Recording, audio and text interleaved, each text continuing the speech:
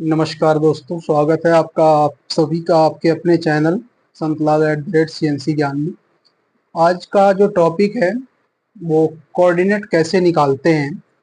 Chamfer का हो गया, रेडियस का हो गया, तो उसके संदर्भ में हमने क्लास रखी है और उसके कॉन्सेप्ट को क्लियर करेंगे कि जैसे 30 डिग्री का या आपको 60 डिग्री का 20 डिग्री का चम्फर लगाना है तो उसके लिए अपने कोऑर्डिनेट या स्टार्ट डाया या एंड डाया किस तरीके से निकालेंगे, उसके लिए हम जो है कि आज काम करते हैं। एक तरीके से हम एक जैसे ड्राइंग बना देते हैं। यहाँ पे हमारा एक कोई कंपोनेंट है जिसमें इस तरीके से दिया हुआ है कुछ।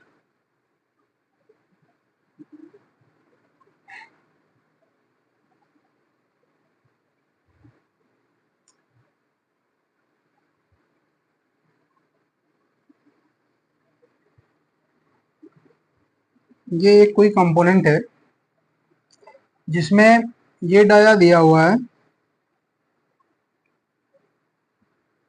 50.0 mm। अब यहाँ पे दिया।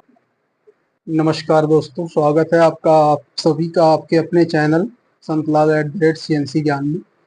आज का जो टॉपिक है वो कोऑर्डिनेट कैसे निकालते हैं।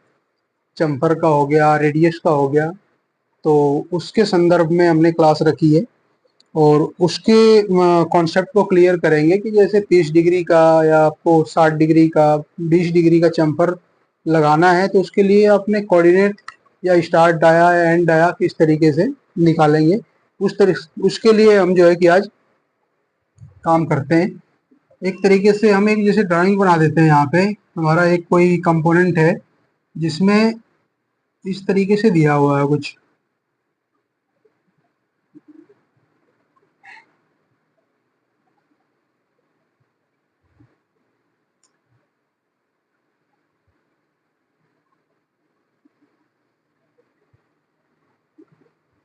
ये एक कोई कंपोनेंट है जिसमें ये डाया दिया हुआ है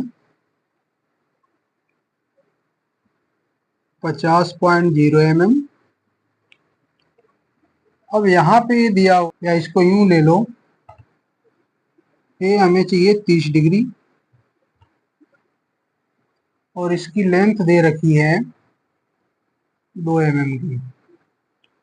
हमने ये पोजीशन निकालनी है कि इसका स्टार्टिंग डाया क्या आएगा। ठीक है, स्टार्टिंग डाया क्या आएगा ये निकालना है। ये डायामीटर हम ऑलरेडी दे रखा है। इसके बाद ये हम इसकी टोटल लेंथ ले लेते हैं यहाँ से 50 mm की। अब जब चम्फर नहीं लगा होगा तो उस कंडीशन में क्या होगा कि जो हमारा पार्ट है वो इस तरीके का दिखेगा कुछ। ये बिल्कुल ऐसे रहेगा। इसी में हमने यहाँ पे चम्फर लगाया हुआ है। ये वाली चीजें मिट गई हैं तो ये चम्फर हो गया। तो चम्फर की जो लेंथ है वो दे रखी है 2 मिलीमीटर की। अब इसको हमने सॉल्व करने के लिए कि हमारा जो चम्फर का स्टार्टिंग डाया क्या है ये पता करने के लिए हमें इसको क्या करना पड़ेगा। आपने पढ़ा होगा पहले लाल बटा में कक्का। लाल बटा में कक्का का मतलब क्या होता है, ये जो पॉइंट है ये आपस में अलग है, ये अलग है और ये अलग है। इसका मतलब होता है लंब बटा में कर्ण।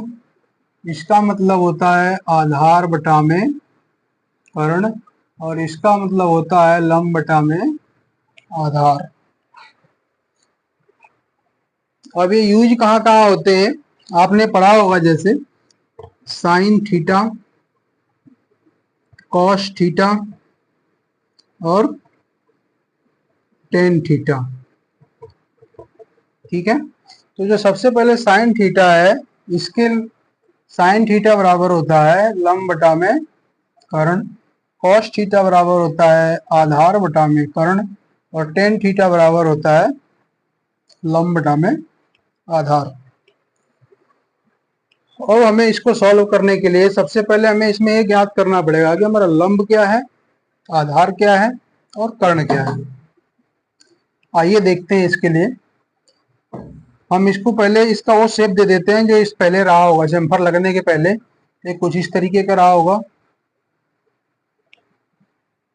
अब ये कह रहा है कि ये जो है ना हमारा एंगल 30 डिग्री है, ये बाहर की तरफ दिखा रहा है कि जो ये एंगल 30 डिग्री है, तो ये 30 है तो ये भी अपना 30 ही होगा। ये वाला आपका जो एंगल है 90 रहेगा और टोटल 180 डिग्री रहता है इसका। तो अगर आपको 90 और 30 120 हो गया, तो ये कितना बच गया 60 डिग्री। तीनों भुजाओं का योग 180 अंश होता है। तो ये हमें पता लग गया कि भाई ये 30 है, ये 60 है, ये 90 है। अब हमें इसमें ये फाइंड आउट करना है कि इसमें हमारा लंब कौन सा है, आधार कौन सा है और कर्ण कौन सा है। इसके लिए मैं इसको थोड़ा सा जूम करके इधर बना देता हूं।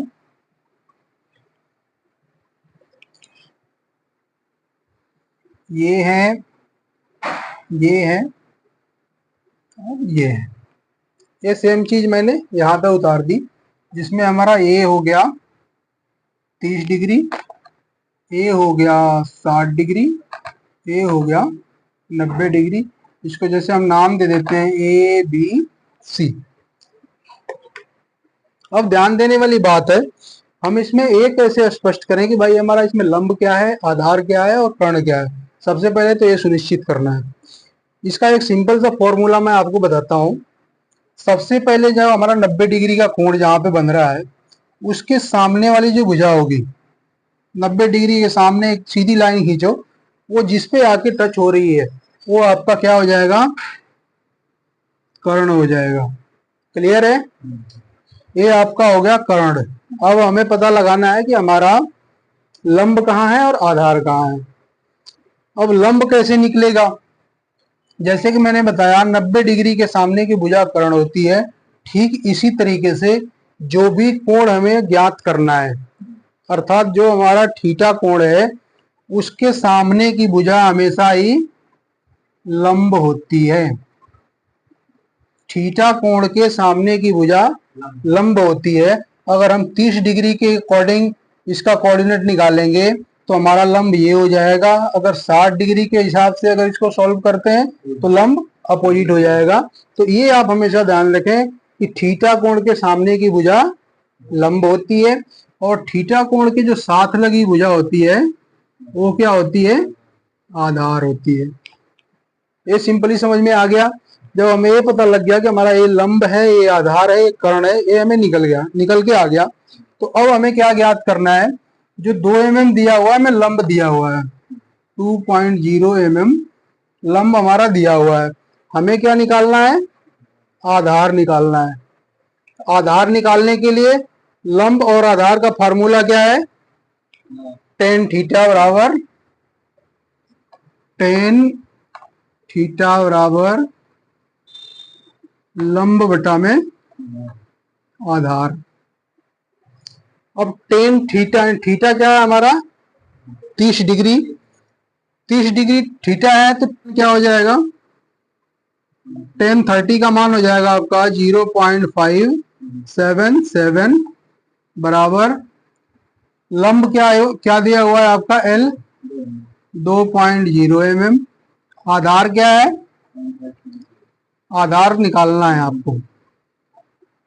आधार आपने क्या करना है, निकालना है। तो जब आधार आप निकालेंगे तो ए इधर आ जाएगा, ए बराबर हो जाएगा आपका 0.577 इस 2.0 अपनी जगह पे ही रहेगा। 2.0 डिवाइडेड बाई 0.577 बराबर निकल के आ गया 3.466। जब इसको सॉल्व करेंगे तो इसका आंसर आ जाएगा 3.466। 3.466 क्या हो गया, ये हो गया अपना 3.466। क्या निकल के आ गया, आधार 3.466। अब 3.466 ये वाले डिस्टेंस निकल के आ गई हमारी, जो हमें डायमीटर ज्ञात करना था ना कि ये डाया कितना बनेगा। तो ये जो 3.466 है, ये हमें ध्यान रखना है, ये एक साइड की निकल के आई है अभी। लेकिन जब हम इसको टर्निंग मशीन पे काम करते हैं तो इसको हमने डायमेट्रिकली चाहिए, दोनों साइड से चाहिए। ठीक है, तो जो भी आपने वैल्यू निकाली है, ये ध्यान रखना है कि अभी सिर्फ एक साइड की निकली हुई है। तो दोनों साइड का निकालने के लिए क्या करेंगे, जो भी आपकी वैल्यू आई इनटू, एक साइड का था तो एक हो गया, दो साइड का है तो क्या कर देंगे, दो कर देंगे। 3.466 इंटू टू बराबर क्या हो जाएगा, 6.932 mm। ये डायमीटर आपका हो। तो जो हमारा जो बड़ा डायमीटर है वो क्या है, 50। बड़ा डायमीटर है आपका, बिग डाया 50.0 माइनस 6.932, 50.0 माइनस 6.932, 43.068। ये कौन सा डाया निकल गया आपका, ढूंढ रहे थे हम, ये मिल गया 43.068 mm। हम यहाँ से चैम्फर मारना स्टार्ट करेंगे और 50 mm तक लेके चले जाएंगे, तो 30 डिग्री का चैम्फर 2 mm के लेंथ में लग जाएगा।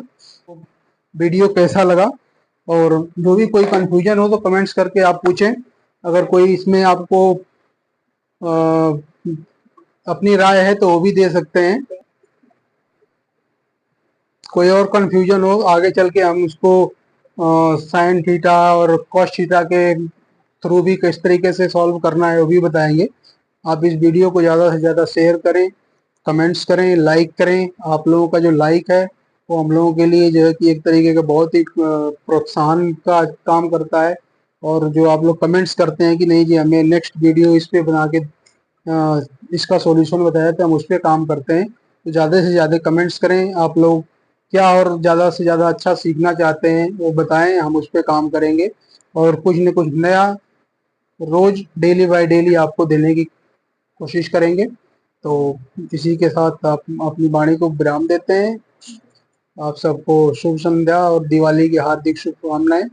ये हमारी दिवाली की पहले की लास्ट क्लास है। अब इसके बाद हम दिवाली के बाद ही नेक्स्ट क्लास अटेंड करेंगे। तो आप सभी को दीपावली की हार्दिक शुभकामनाएं। सभी स्वस्थ रहें, मस्त रहें और अपने अपने कामों में व्यस्त रहें। जय हिंद, जय भारत।